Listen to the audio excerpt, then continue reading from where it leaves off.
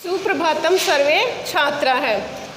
पढ़ने से पहले आज हमारी संधि पूरी करेंगे। उससे पहले एक छोटा सा विचार कि जिसके हौसलों में ताकत होती है, जिसके हौसलों में ताकत होती है उसको हार में भी जीत दिखाई देती है। इसी के साथ आज हमारा संधि का चैप्टर समाप्त हो जाएगा। अब स्वर संधि पढ़ी, व्यंजन संधि पढ़ी, अब विसर्ग संधि में भी हमने सत्व संधि पढ़ ली थी। विसर्ग संधि में सत्व संधि पढ़ ली थी। सत्व संधि के बाद अब हमारी दूसरी संधि है। सत्व संधि के बाद हमारी दूसरी संधि है उत्व संधि। उत्व संधि। उत्व संधि का सूत्र क्या है? अतो रोर प्लुताद प्लुते। सबसे पहले सूत्र को समझेंगे कि अतो रोर प्लुताद प्लुते। उत्व संधि में क्या होता है कि अकारांत विसर्ग हो और विसर्ग के बाद क्या हो? ऋस्व ए हो। ऋस्व ए हो। अतो रोर प्लुताद प्लुते सूत्र क्या कहता है कि प्रथम पद में, हमने कहा था ना कि संधि पद दो पद होते हैं, ये प्रथम पद और ये द्वितीय पद, कि प्रथम पद में ए हो और उसके बाद में विसर्ग हो और द्वितीय पद में ऋस्व ए हो तो विसर्ग के स्थान पर ओ हो जाता है। विसर्ग के स्थान पर ओ हो जाता है। इसकी परिभाषा कि जब अकारांत विसर्ग के बाद, जब अकारांत विसर्ग के बाद ऋस्व ए हो तो, ऋस्व ए हो तो विसर्ग के स्थान पर ओ हो जाता, ओ आदेश हो जाता है। ओ आदेश हो जाता है। उत्व संधि कहती है कि जब ए हो और ए के बाद में विसर्ग हो और विसर्ग के बाद में ए हो तो विसर्ग के स्थान पर ओ की मात्रा हो जाती है। जैसे हम उदाहरण लेते हैं, कोअपि। कोअपि उदाहरण है। और एक, अब इस विसर्ग के स्थान पर तो ओ हो गया, अब इस ए का क्या होगा? इस ए के स्थान पर अवग्रह चिन्ह लग जाता है। ए के स्थान पर अवग्रह चिन्ह लग जाता है। अवग्रह चिन्ह ये होता है एस के जैसा। एक बार दोबारा देख लो इसकी परिभाषा।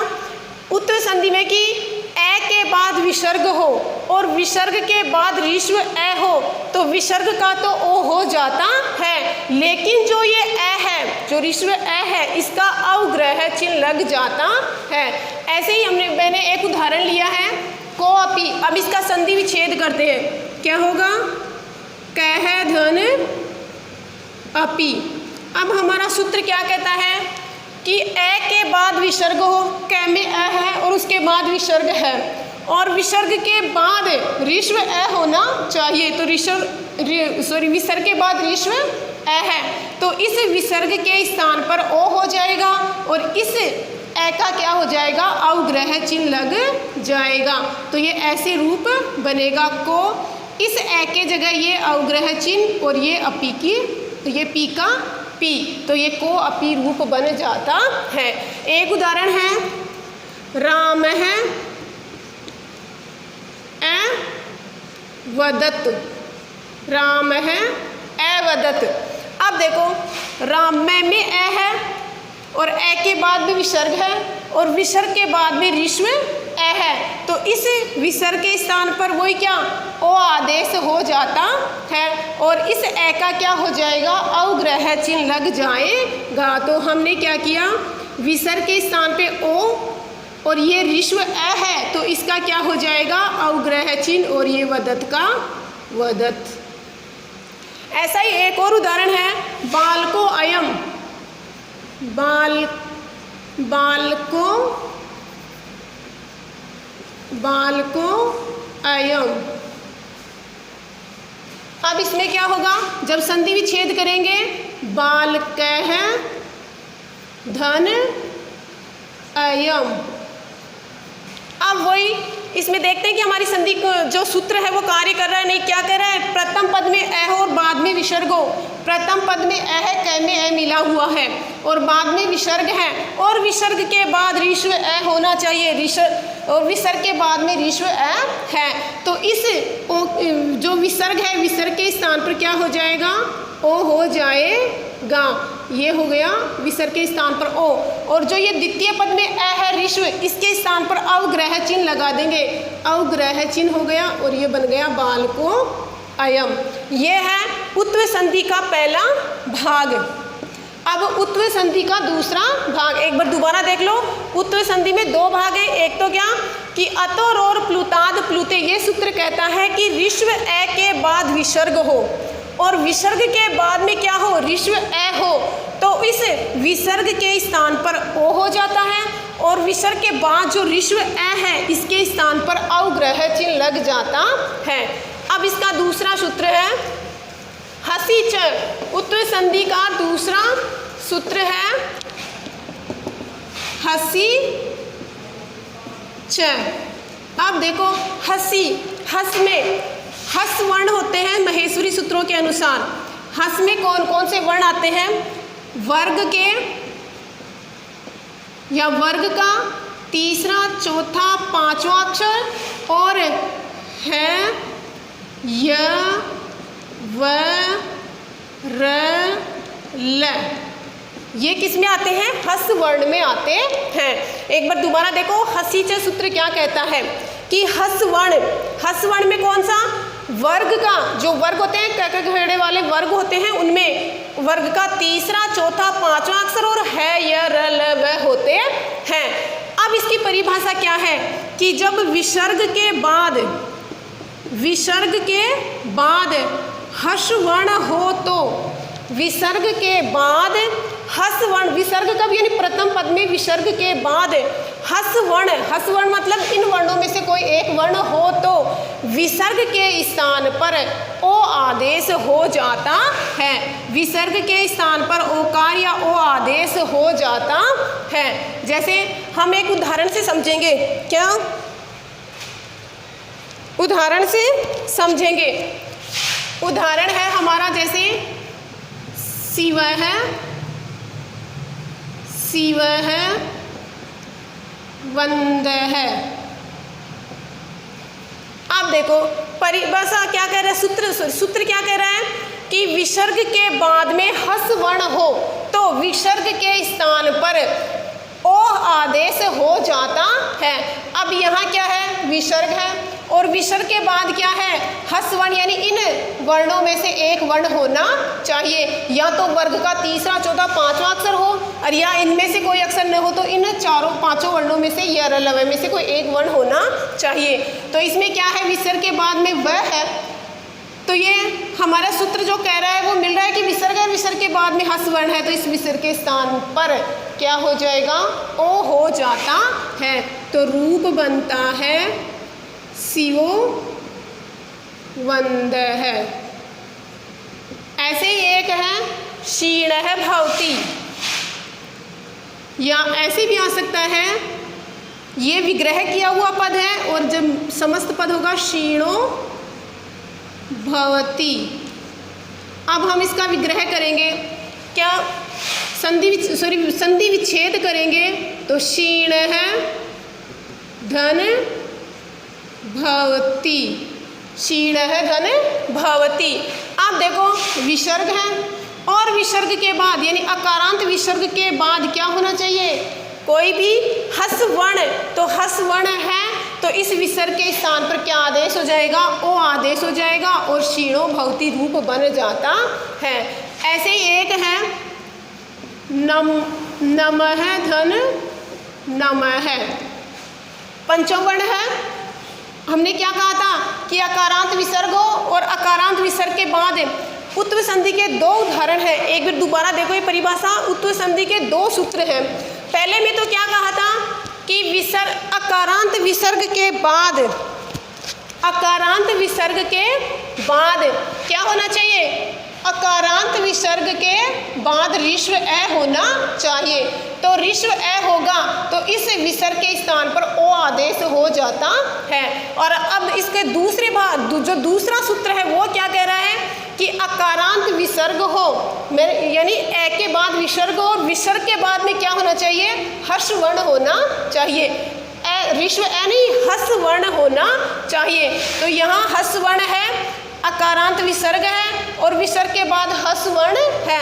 तो इस विसर्ग के स्थान पर क्या करना है? हमें केवल प्रथम पद में ही इसमें संधि कार्य करना है। इसके जो पहला सूत्र था उसके दोनों पदों में कार्य हो रहा था। दोनों पदों में क्या कि विसर्ग का ओ हो रहा था और ए का अवग्रह चिन्ह लग रहा था।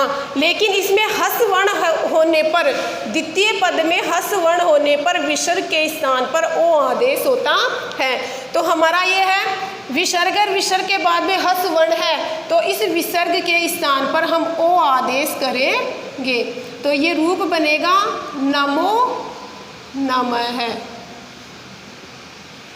ऐसे ही एक ये आया हुआ भी है यशोदा, ये बोर्ड एग्जाम में आया हुआ भी है। यश है धन दा, वही अकारांत विसर्ग और विसर्ग के बाद में हर्ष वर्ण। तो इस विसर्ग के स्थान पर क्या हो जाएगा? ओ हो जाएगा और यशोदा रूप बन जाएगा। ऐसे एक है मनोहर, मनोहर, मन है धन हर है। अब देखो हमारा सूत्र क्या कह रहा है? हसीच है कि अकारांत विसर्ग के बाद में हर्ष वर्ण होना चाहिए और हमें पता है कि हर्ष वर्ण कौन से होते हैं। तो इस विसर्ग के स्थान पर क्या हो जाएगा? ओ हो जाता है। तो मनोहर रूप बन जाता है। ये हमारी उत्व संधि पूरी।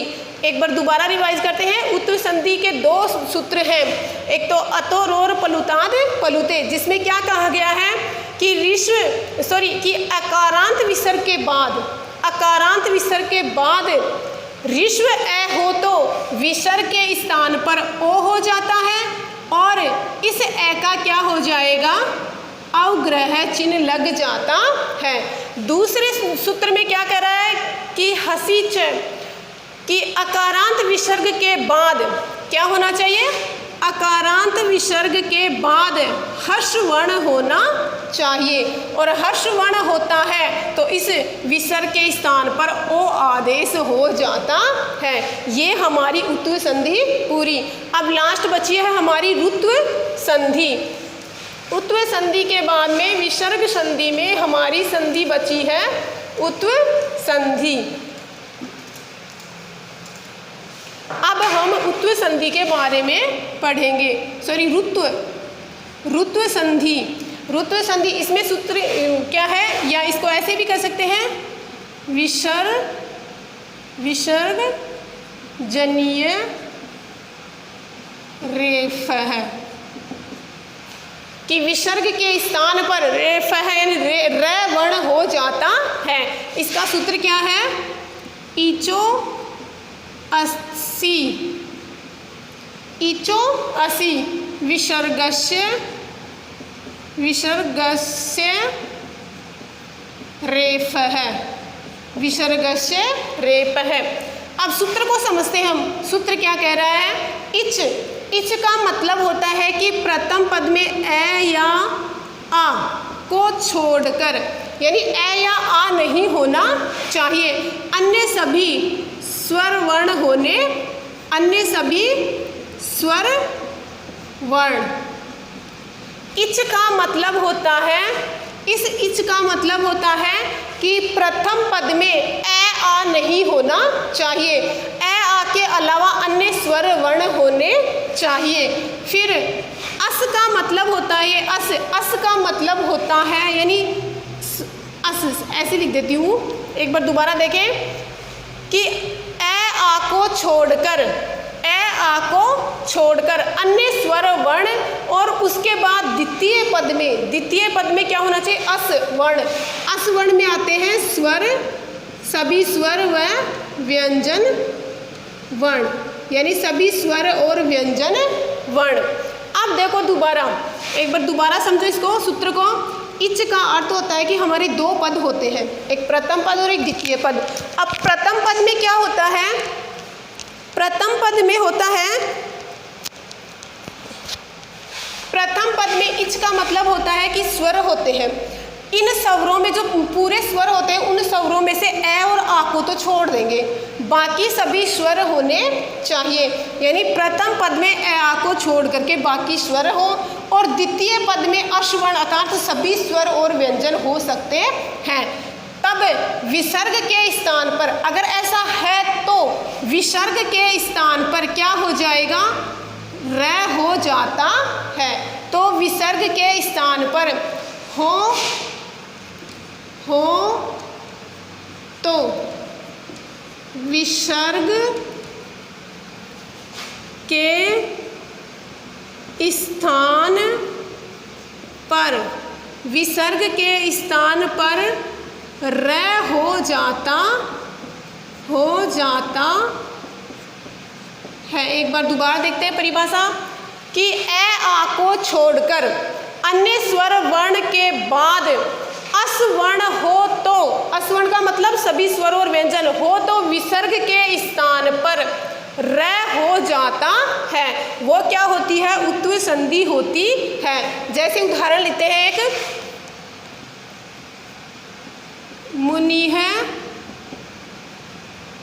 धन इति। अब देखो परिभाषा जो हमारा सूत्र कह रहा है उसको देखते हैं कि प्रथम पद ये है, द्वितीय पद ये है। प्रथम पद में हमारे सूत्र क्या कह रहा है कि ए आ को छोड़ करके अन्य स्वर होना चाहिए। तो न में क्या है? ए या आ में से कोई वर्ण नहीं है, ई है तो ई हो सकता है, और बाद में कोई भी स्वर वर्ण हो या व्यंजन वर्ण हो सकता है, तो बाद में कोई भी हो सकता है। अब ऐसे होने पर इस विसर्ग के स्थान पर क्या होगा? र हो जाता है। तो इस विसर्ग के स्थान पर हम र करेंगे तो रूप कैसे बनेगा? मुनि र और इति, ऐसे रूप बनेगा। जब इसको मिलाएंगे तो क्या हो जाएगा? मुनि का, ऐसे कैसे? और इस र में ये ई मिलेगी तो र पूरा हो जाएगा और इति रूप बनता है। ऐसे ही है एक अन्य उदाहरण है, भानु है धन अशो, भानु है धन अशो। अब देखो इसमें क्या है कि ए आ को छोड़ करके सूत्र को देखते जाओ। ए आ को रुत्व संधि क्या कहती है कि इसके प्रथम पद में ए आ को छोड़कर अन्य स्वर वर्ण हो और उसके बाद विसर्ग हो, विसर्ग के बाद में कोई भी स्वर या व्यंजन हो तो विसर्ग के स्थान पर र हो जाता है। तो हम उसी की तरह इसी में भी करेंगे। भानु ऐसा कैसे हो जाएगा?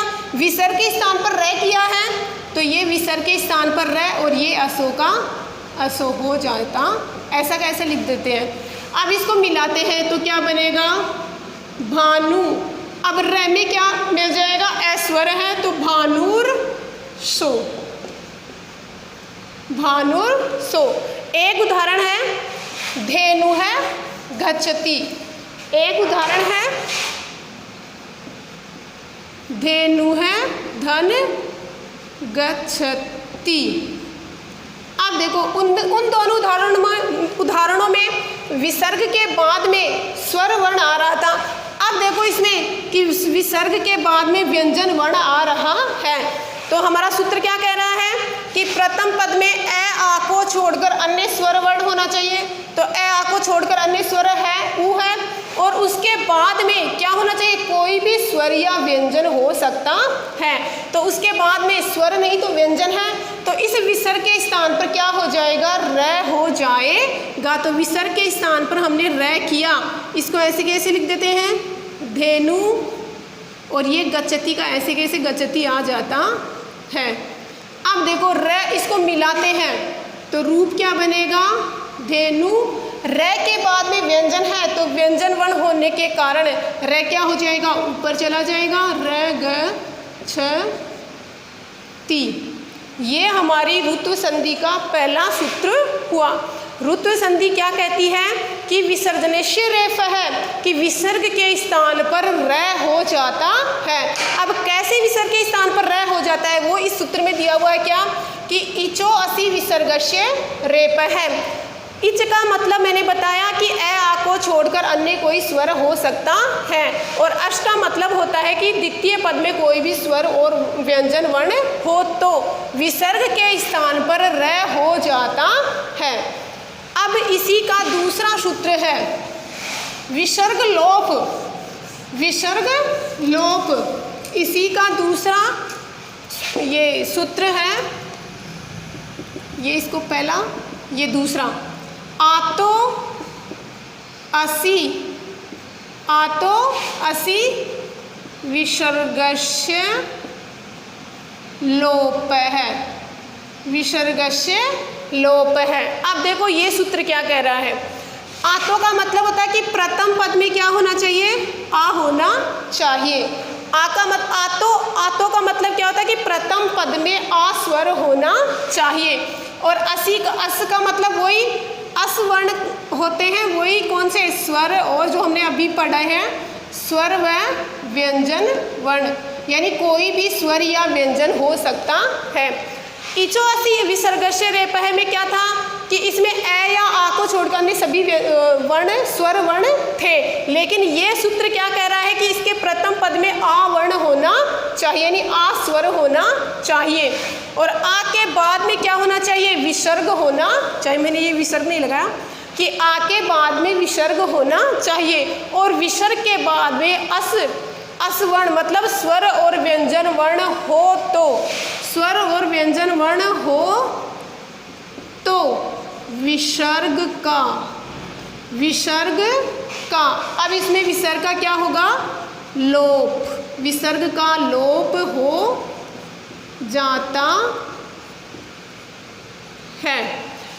आतो असि विसर्गस्य लोप है कि प्रथम पद में आ हो और उसके बाद में विसर्ग हो, और उसके बाद में अस वर्ण में वही कि कोई भी स्वर हो सकता है और कोई भी व्यंजन हो सकता है। हो तो अब इसमें क्या हो जाएगा कि इस विसर्ग का लोप हो जाता है। अब विसर्ग का लोप कैसे होता है एक उदाहरण से समझाते हैं। जैसे एक उदाहरण है, बाला है धन अत्र। अब सूत्र क्या है कि आ होना चाहिए, तो लय में आ है, उसके बाद में स्वर है और उसके बाद में अस वर्ण है। तो अस वर्ण होने पर इसका विसर्ग का क्या हो जाएगा, इस विसर्ग का क्या हो जाएगा, लोप हो जाएगा। और विसर्ग का लोप होगा तो क्या रूप बनेगा, बाला अत्र, बाला अत्र। एक है लता है, लता है,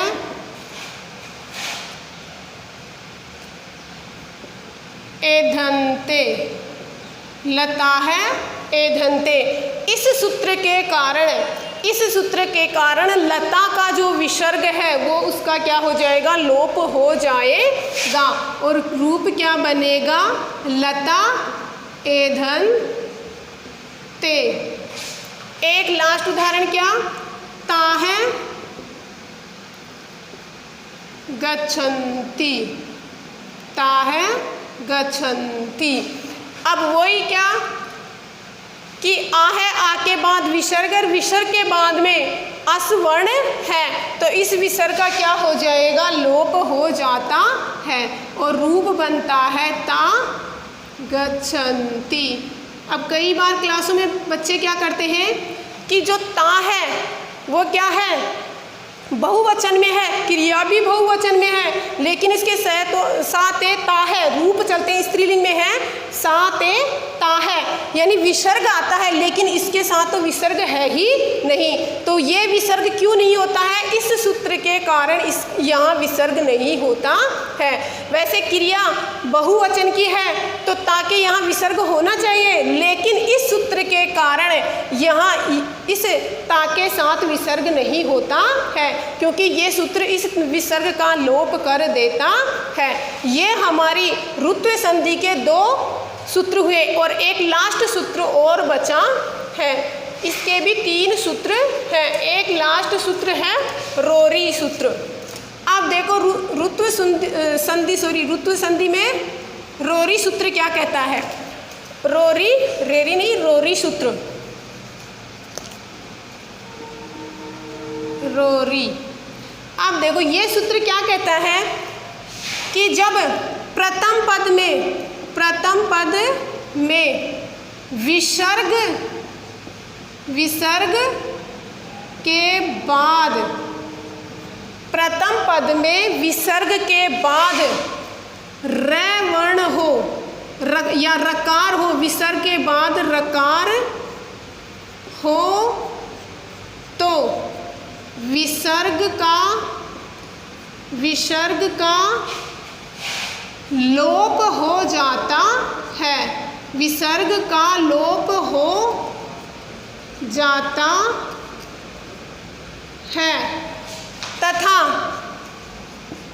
विसर्ग से पूर्व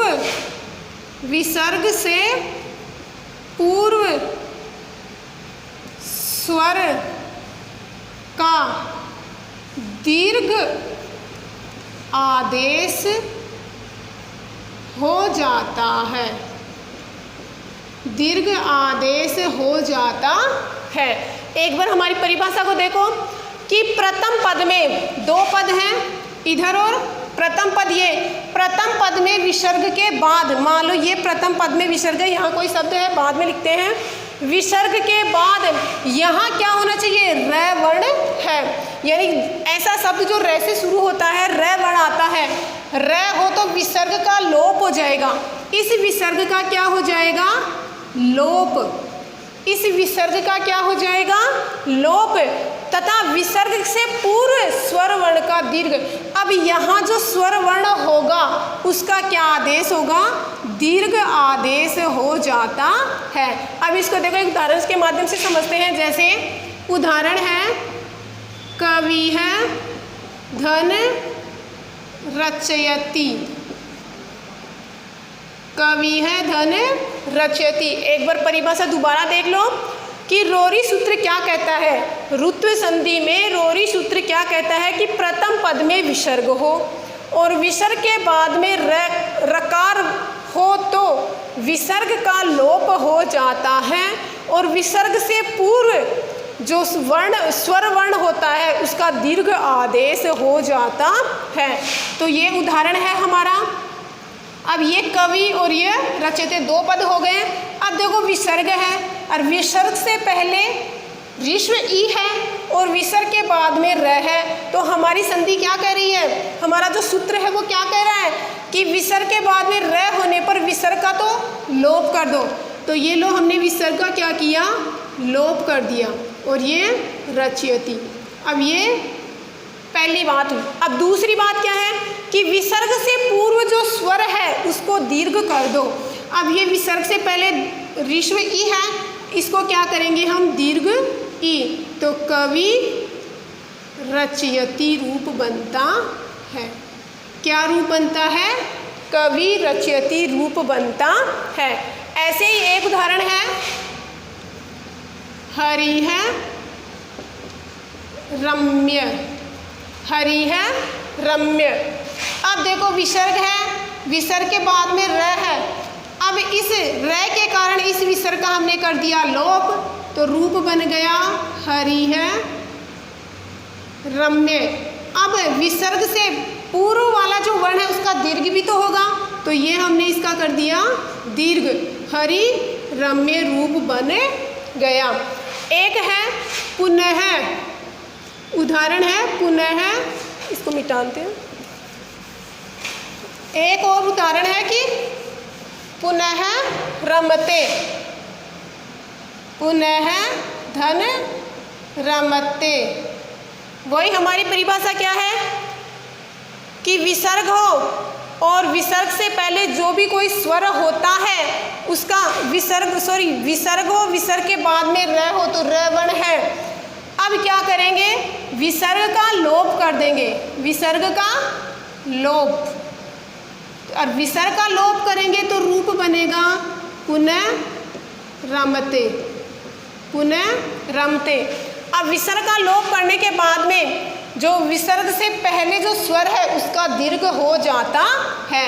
तो ये रहा, इसमें क्या है, न में ए है, ए का दीर्घ आ, और ये बना रमते का रमते, ऐसे के ऐसे हो जाता है।